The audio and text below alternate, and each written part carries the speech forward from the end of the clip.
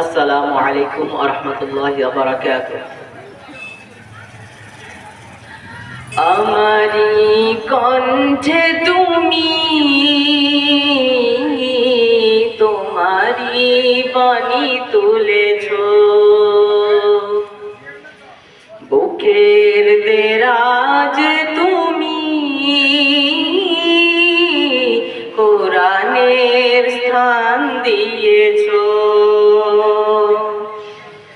এত ভালোবাসো কেন মালিক আমায়, কি করে শুকর তার করি আদায়।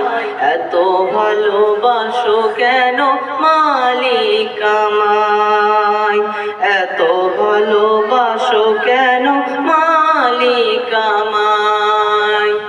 পৃথিবী